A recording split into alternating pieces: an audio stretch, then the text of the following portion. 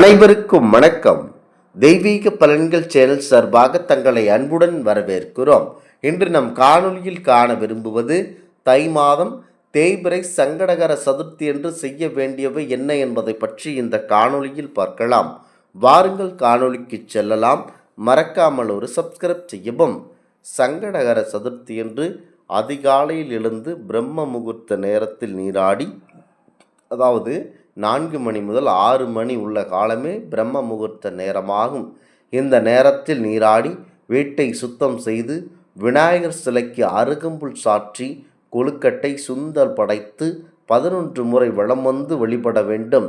அன்று விரதம் இருப்பது சிறப்பு. விநாயகருடைய மந்திரங்களை கூறி மாலை நேரத்தில் ஆராதனை செய்து சுற்றுச்சூழலுக்கு உகந்த முறையில் நீர்நிலைகளில் சிலையை கரைக்கலாம் அல்லது முக்கியமாக விநாயகரையே மனதில் நினைத்து கொண்டு வழிபடலாம். அதிகாலையில் எழுந்து குளித்துவிட்டு வீட்டை சுத்தம் செய்து வாசலில் மாவிளை தோரணம் கட்டி அலங்கரிக்க வேண்டும். முக்கியமாக விநாயகப் பெருமானை மனதில் நினைத்து கொண்டு சதுர்த்தி நாட்களில் விரதம் இருந்தால் அனைத்தும் நல்லபடியாக கண்டிப்பாக நடைபெறும். குறிப்பாக சதுர்த்தி விரதம் மாபெரும் வெற்றிக்குரிய விரதமாகும். பிள்ளையாருக்கு மோதகம் கொழுக்கட்டை பிரசாதம் மிகவும் பிடிக்கும். அரிசியின் மேல் வலது கை மோதிர விரலால் பிள்ளையார் சுழி, அதாவது ஊ போட வேண்டும்.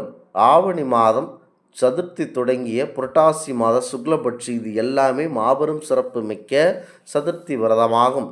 அதிலும் தேய்பிறை சதுர்த்தி மாபெரும் சிறப்பு மிக்கது. முக்கியமாக சதுர்த்தி என்று, விநாயகர் சதுர்த்தி என்று விரதம் எடுக்க முடியாதவர்கள் சதுர்த்தி, அதாவது மாதத்தில் வரக்கூடிய தேய்பிறை சதுர்த்தி மற்றும் சங்கடகர சதுர்த்தி என 2 வரும். இதில் வழிபடலாம். விநாயகரை தரிசித்து விட்ட பிறகுதான் பூஜைக்குரிய, முக்கியமாக பூஜை செய்து விட்டு விநாயகரை மனதில் நினைத்து அனைத்து குழந்தைகளுக்கு, முதலில் பெண் குழந்தைகளுக்கு, சிறிய பெண் குழந்தைங்களுக்கு அதாவது நெய்வேத்திய பிரசாதத்தை கொடுத்து வழிபடலாம்.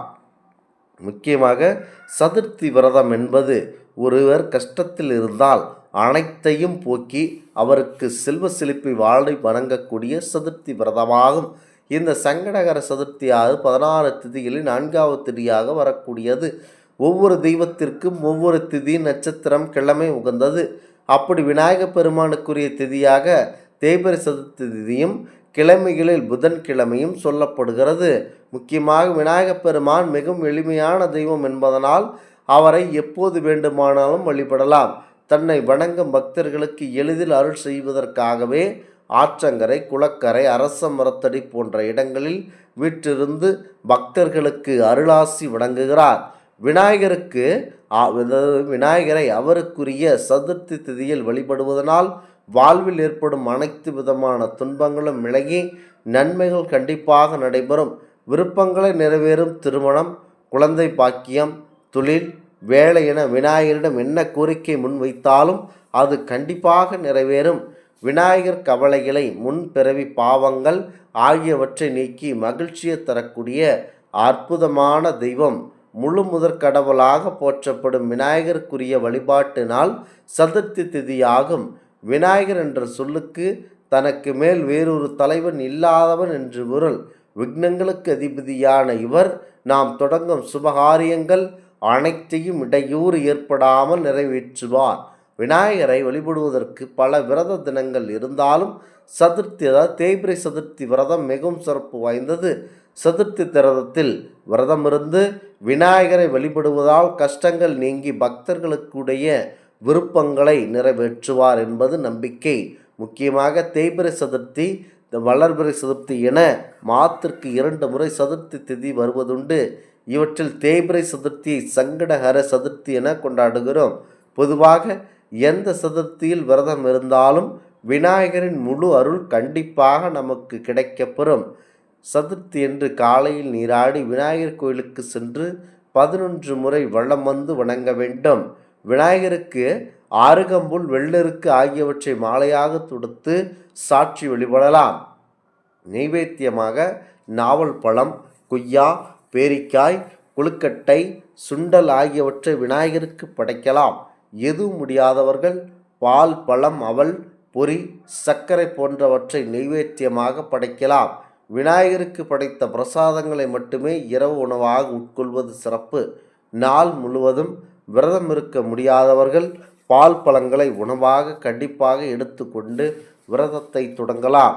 பூஜை அறையில் மாலை 6 மணிக்கு பிறகு அருகம்புல்லையும் பூக்களையும் கொண்டு விநாயகரின் திருவுருவப் படத்திற்கு அலங்காரம் செய்து தீபம் ஏற்ற வேண்டும். வலது கையில் சிறிதளவு அருகம்புல் மற்றும் 11 முறை நாணயம் இரண்டையும் ஒன்றாக வைத்து இறுக மூடிக்கொள்ளுங்கள். விநாயகரை மனதார நினைத்து கொண்டு வாழ்வில் எல்லா வளமும் நலமும் ஐஸ்வர்யமும் ஆரோக்கியமும் உற்றெடுத்து பெருக்கிக் கொண்டே செல்ல வேண்டுமென்று மனதார வேண்டிக் கொள்ளுங்கள். மன நிறைவோடு சந்தோஷமான வாழ்க்கையில் முன்னேற்றத்திற்கும் வளர்ச்சிக்கும் என்ன தேவையோ அனைத்தையும் விநாயகரிடம் கண்டிப்பாக கேட்கலாம். பிறகு ஓம் ஸ்ரீ மகா செல்வ கணபதியை போற்றி என மந்திரத்தை 108 முறை உச்சரித்துவிட்டு அதன் பிறகு உங்கள் கையில் இருக்கும் அருகம்புல்லை விநாயகரின் பாதங்களில் வைத்துவிட்டு தாராளமாக வழிபடலாம். இதுவே விநாயகருக்குரிய சிறப்பு மந்திரமாகும். நிறைவாக தீபதூப ஆராதனை காட்டி பூஜையை நிறைவு செய்து கொள்ளுங்கள். முடிந்தால் இந்த பூஜையை முடித்துவிட்டு அந்த ₹1 நாணயத்தை கொண்டு போய் விநாயகர் கோவில் உண்டியலில் போட வேண்டும். முடியாதவர்கள் நீங்கள் எப்போதும் கோவிலுக்கு செல்கிறீர்களோ அப்போது அந்த ரூபாய் நாணயத்தை விநாயகர் உண்டியலில் போட்டு அவருடைய ஆசீர்வாதத்தை பெற்றுக்கொள்ளலாம். சதுர்த்தி விரதம் இருப்பது பூஜை மற்றும் வழிபாடு செய்தால் ஒரு வருடம் விரதம் இருந்த பலன் கண்டிப்பாக கிடைக்கும். குழந்தை பாக்கியம் கிடைக்கும். திருமணத்திற்காக காத்திருப்போர் இந்த விரதம் இருந்தால் திருமணம் நடைபெறும். குழந்தைகள் கல்வியில் சிறந்து விளங்குவார்கள். தொழில் வியாபாரம் செய்பவர்கள் வருமானம் பெருகும். குடும்பத்தில் இருக்கும் பொருளாதார கஷ்ட நிலை அகலும். தம்பதிக்குள் ஏற்படும் பிரிவினைகள் நீங்கி ஒற்றுமை மேலோங்கும். இந்த நாளில் விநாயகப் பெருமானை வழிபட்டால் வளமான வாழ்வு கிடைக்கும் என்பது நம்பிக்கையாகும். இந்த ஆன்மீக தகவல் உங்களுக்கு பிடித்து இருந்தால் தெய்வீக பலன்கள் சேனலை கண்டிப்பாக சப்ஸ்கிரைப் செய்து கொள்ளவும். மீண்டும் ஒரு நல்லதொரு காணொளியில் உங்களை சந்திக்கிறோம். நன்றி, வணக்கம்.